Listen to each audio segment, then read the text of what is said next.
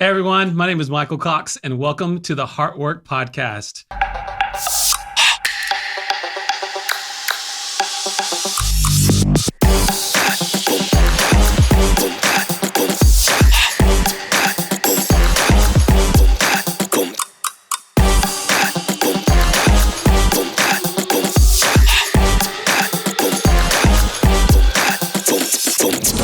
Folks, today I've got a special treat for you. Another special guest. I have the Marion Jones in the office, or not in the office. We're in the studio. That's where we are. Yeah. Oh, thanks, Michael, for having me. I have some big shoes to fill, as I know that you had the lovely Paloma Cox in this seat a few days ago. But I'm just thrilled to sit here and to chat with really like my brother. That's what I consider Michael. We've known each other for a good amount of time now. And to be able to see you, Michael, kind of like step into your calling, your passion. And I've seen it kind of develop over the years. You've shared a little bit with me, and to see where you're at with it now and the idea that I could potentially contribute in some way and support you, I couldn't be more excited. Yeah, thank you so much. I'm excited just for the fact that, remember how we met? You said you're my trainer? Yes. So you used to kick my butt at 4:30 in the morning. Yes. So I, just for folks that don't know, I am also a personal trainer in addition to a lot of other hats that I wear. I love to just see people move their bodies and become healthier and happier and live longer. And I was offering some outdoor workouts at 4:30, 4:45 a.m. And Michael was one of my first clients. And so, yes, we were up early training, and he introduced my training to the lovely Paloma. And so I was training them for a number of years. Of course, they're incredible people. Their family is amazing, and just connected on just a special level. And I consider them family now. So it's exciting. It's all of the other stuff that comes just to get to know you personally is really exciting. Be a part of your family. And begin to connect with you guys on that level. So excited to have you here. Thank and you. See even the work that you're doing now. Kind of being back out, yes, and doing some things. Tell us real quick, like, what are you doing? Like, what are some things? What do you got going on? Yeah, so in addition, I love, my passion project is the training, right? So I'm always going to do that. I love the body and how it moves and how it can just help us be better people. So I still do that a few times a week, virtually only now though. But I've also dove into the world of podcasts. I started my own podcast with my business partner, Suzanne Evans. It's called Second Wind. You can find it on wherever you find your podcasts. But really what it is, it's another passion project of mine in that we speak to people, celebrities sorts, whom have in some time in their life been knocked down for whatever reason, good, bad, all, and they've figured out tools, techniques, strategy on how to get back. And I love picking people's brains. I love learning about people's stories. And so it's definitely something that I want to continue. So we filmed that the first season. We've gotten really good feedback. I've learned a lot about it. But I'm still speaking. I travel around the country sharing my story. I'm a content creator now. Like what?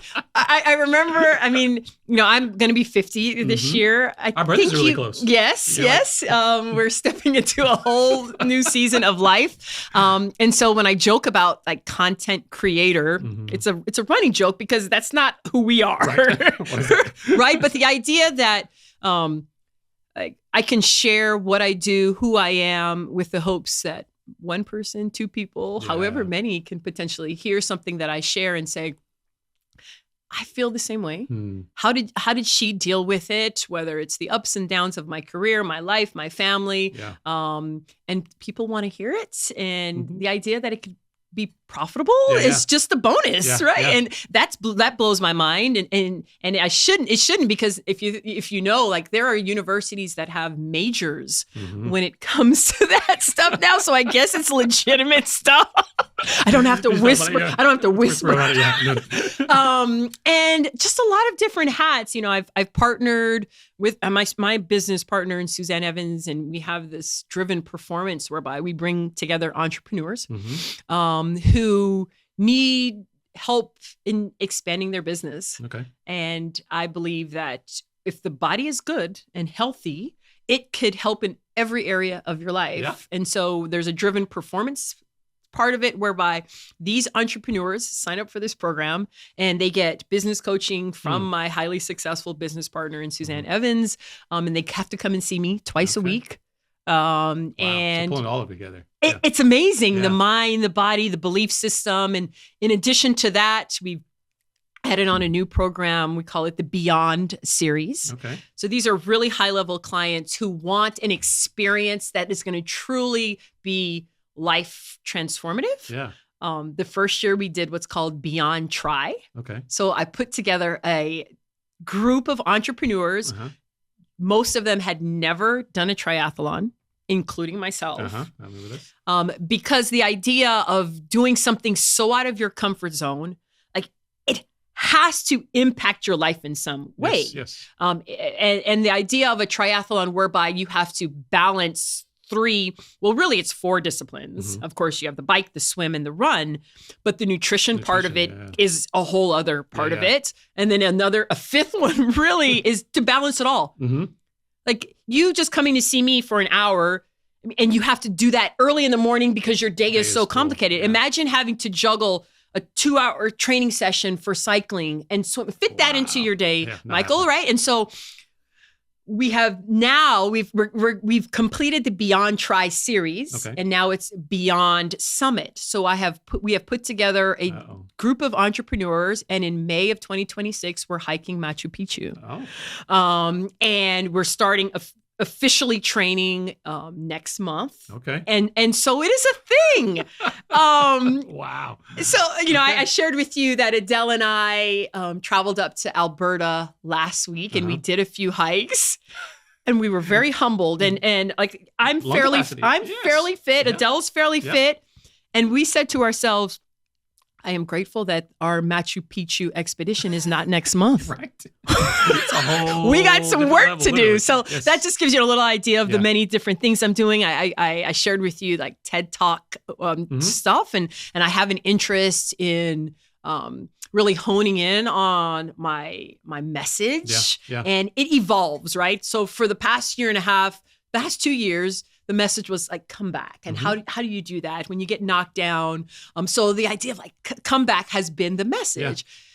But at some point, you're back. You're back. Yeah, you're back. Okay? like Marion, what's next? Yeah. And so it evolves. And really working on how that can play in different areas, like, speaking to student athletes or speaking to LGBTQ communities and DEI stuff and how that turns. So I'm excited. As you can tell just by sharing like what the future looks like. It's bright. It's bright. Just because all that I'm doing now is truly driven from the heart. Who you are. Who I am. And when you finally step into that space in whatever season in your life, and I hope for everybody that sees and hears this, it's earlier on in that life. But if it hasn't happened yet, it doesn't mean that it can't happen. Right. I am a perfect example that even you, in regards to this passion project, like we're tapping on the door of 5-0, and we're just now seeing things clearly. That it's not driven by the dollar. Sure, we want to take care of our family, but the idea that what we share, what we know, what we believe can be, like I said earlier, life transformative. Yeah. Like, yes, that's why we wake up now. I want to take you a little bit further back. This is something I appreciate about you because, as we talked about, I didn't know who you were, right? As far as your name and those things coming in. What I think that helped was it gave me a chance to know you. Yeah. Right. It wasn't chasing your fame or those things, right? And so I really appreciate that. But all of the things that you're doing, what I know of you is something that you're great at and love is being a mother. Yeah. Right. Mother to 3 kiddos. Yeah. Right. And doing that. If we look a little bit, part of what I do in this work is looking at how our life experiences impact us in so many different areas, right? And you making sure the heart's taken care of. So physically, emotionally, spiritually, mentally, all that stuff is part of that. If we just go back a little bit, we'd love to hear a little bit more for yourself. And some of the questions I ask folks are, how did you know you were loved? How did you know you were safe or not? right, growing up? And we don't have to obviously have all the story, but what does that look like for you, or what did that look like? Yeah. So to give, I don't even if you might know a little bit of the story. Maybe I don't know if I've shared it with you, but I grew up in a single parent household. My mom. I've got to meet your mom. Yeah, she's an amazing, amazing woman. My mom is from a very small country in Central America by the name of Belize, and she came up here with the idea and the dream of just creating a better life for her kids. I have one older brother; he's 5 years older than me. So she came up here and she worked. I mean, she worked. But what I remember growing up is safe, right? Like my mom didn't play, right? When you're like, my mom don't play, she didn't play, she don't play when it comes to me. When it comes to her grandkids, it's a different story. But the idea that you work hard and you do good. And you'll be fine. Right. And all the other pieces in between and tough love. Like I grew up in a household where if you do wrong, you're going to feel it. And I'll just say it, right? I mean, it's a different way of thinking, and there's a different type of parenting now, but that's what my mom knew. And it worked for me. Right. I know we can go back and forth, and there's a lot of research against certain things, but I'm just telling you the reality of it. In our household, it worked. And it's tough. I can't imagine raising a son of color, being a single parent. And it was very hard for her to the point where she had made the decision to send my brother back to Belize. Her brother was there. My uncle was there so he can have a father figure. The decision was tough for her. I look back on it, and when he was sent back, he's my big brother. Right. My mom has a very strong personality. Very strong personality. I have one as well, but let me say, mama is on another level. And so to just be in a household with just she and I was tough. My parents were divorced when I was 3. My mom remarried when I was 5 or 6. And incredible. His name was Ira. He was my stepdad, and he passed away when I was about 9 years old. And my mom, unbeknownst to me as, a young person, just dealing with a lot. Stuff you didn't need to know. Right. And I'm dealing with a lot. Like for the first time really in my life, I had a father figure because my biological parents, my father made the choice not to be in our life, right? And loved my stepdad. And when he passed, like I didn't know how to deal with it at all. And my mom was dealing with it. And she was also having to work I grew up in California. So she was having to travel 1.5 hour one way into work. And so there just was a lot of anxiety and grief and not knowing how to deal with it. And it sounds like someone had to be independent. Yes. And with a strong mother. But thankfully for me, and I walk very lightly when I say thankfully, because there are some downsides to what I'm about to share. I turned to sport. I had sport as my outlets. And it happened to be that I'm just gifted, very talented, and loved it. And so all of the stuff that I was dealing with, Michael, was just poured into movements. And I say I tread lightly on that, thankfully, because there were moments in my career where it became obsessive. Anything obsessive is negative. Right. But it never was, the drugs or the alcohol or self-harming or any of that. But I turned to it. And in a society that highlights and spotlights the athletes, I was able to masquerade and disguise the depression and the anxiety and everything for many, many years.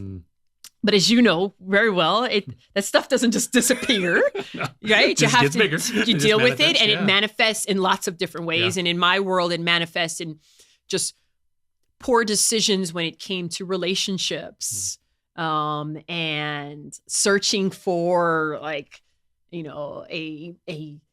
strong presence that will help me direct, and turning just in the wrong ways. And I thankfully was slowed down in a matter of ways. And, people know the story. I was made poor decision and had to kind of go away for 6 months. I was sentenced to 6 months incarceration. And I tell people, though, that during that time, Michael, I literally had to slow down. No pun intended. And I used it. I don't want it to sound cliche, but I think I am proud of my time because I used it for growth. I used it for good. I used it to figure out that I am here not to be the fastest woman on earth, but I am here to show the goodness of God and what you can do when you really put that as a priority and doing good for people. And it just happens that like my physical gifts was elite. And that was wonderful, but that really is not who I am. Right. It's what I did. Yeah. And without being slowed down during that time, Michael, I'm not confident that I would have taken the time to dive in deep and see who I was. I certainly didn't have people around me that I chose to surround myself with that would tell me that. And so when I say that I'm grateful for that time, I truly am. Yeah. Because I use the example of I was like I love the beach, right? And I love the ocean, but I found yes, you like hot. But I found that I was being taken out on a massive wave, right? The wave of success, the wave of people telling you how great you are and patting you on the back, and you had a lot of yes people that I chose, right, to put in my corner.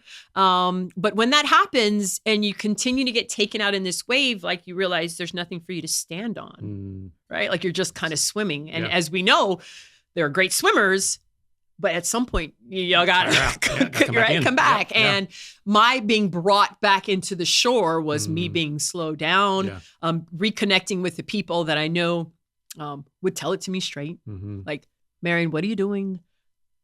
This is not right. And of course, even as an adult, I can make that decision. But when you have that in your ear and you're confident that the people telling you that are not basing whatever they're sharing with you on how much you can make for them, how much you can make them famous or anything. And you're like, okay. So that's when there was a shift in my world.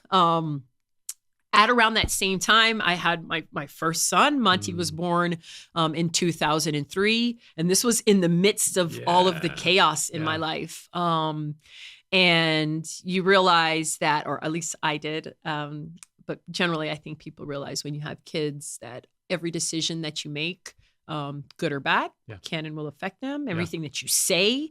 And it was right there in my face. I was living a certain way and I was turning around and telling my kids not to live a certain way. And I was like, hypocrite.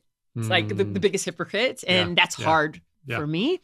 And it's why certain decisions were made to kind of come clean and share that I had lied about certain things during my career, and certainly not expecting the consequences to be as severe as they were.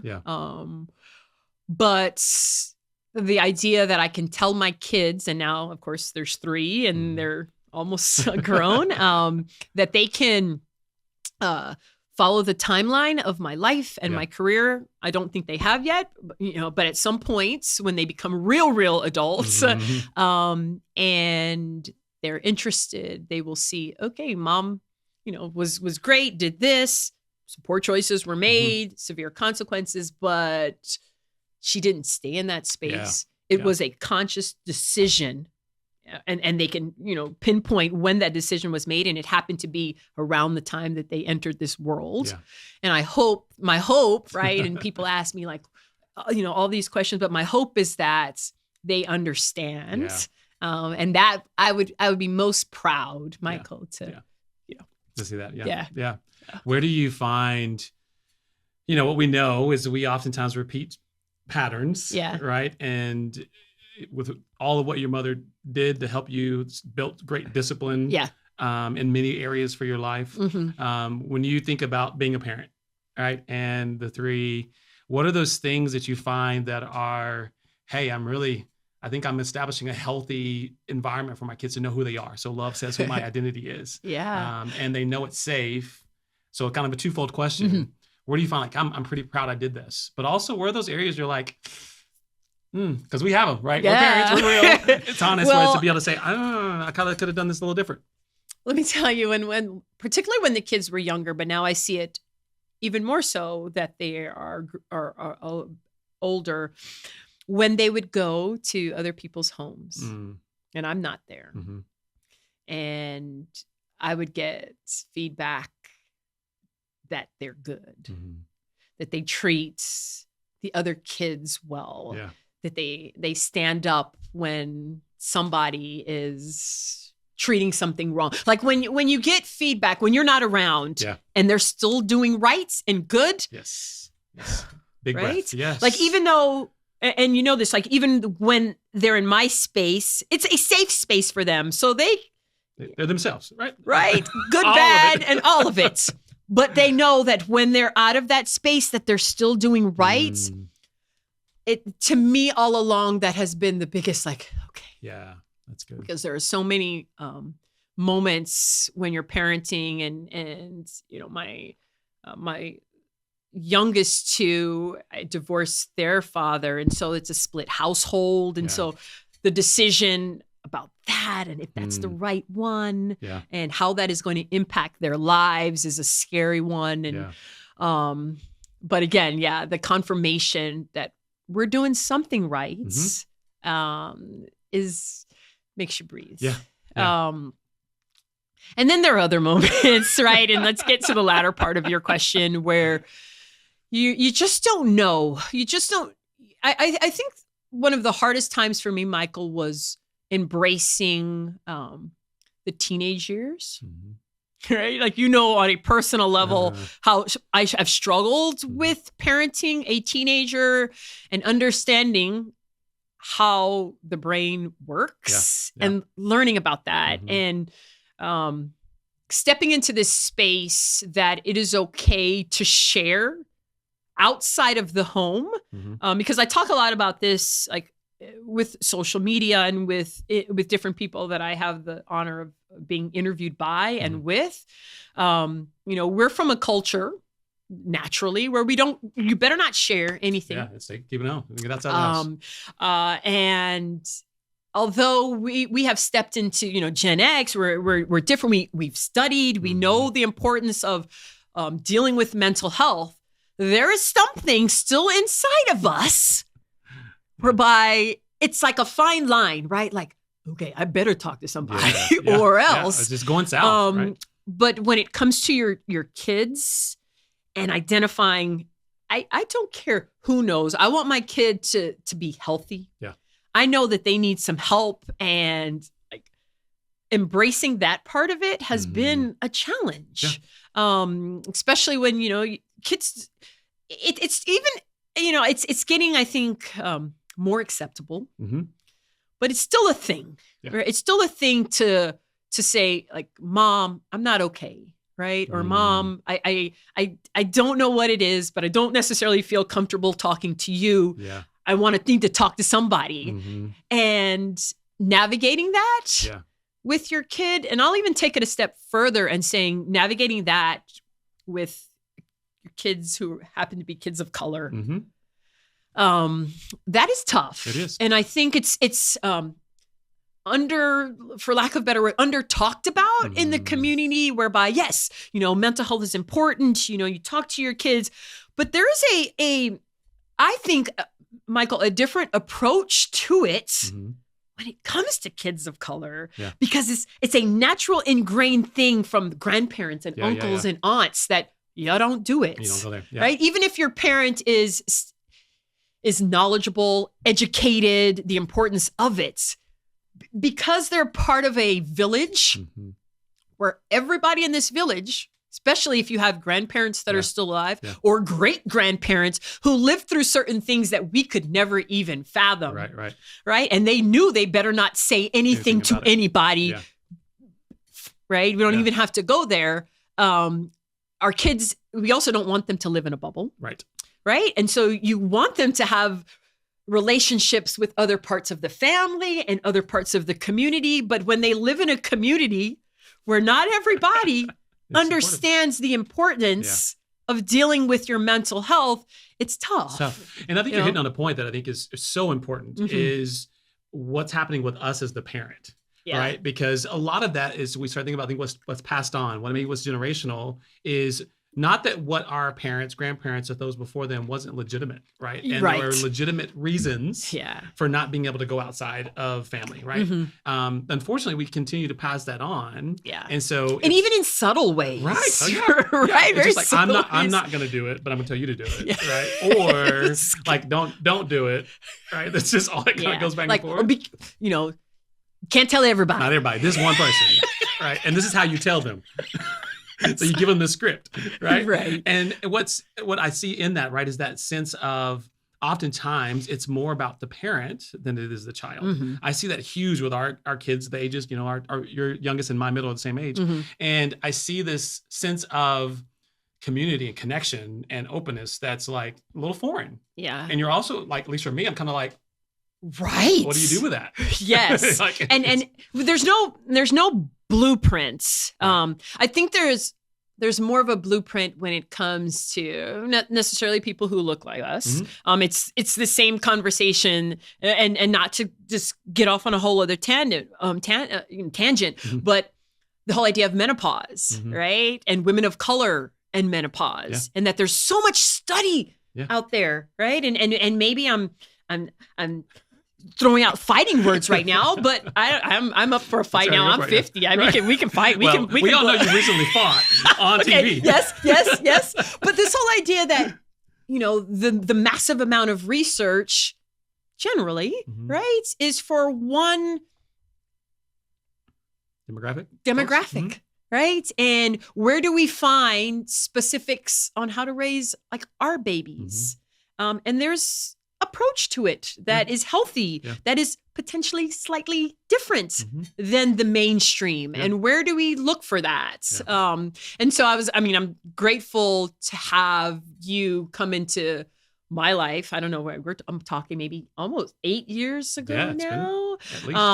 And to have somebody who does what you do and counsel and advise and are knowledgeable about mental health and young people and families.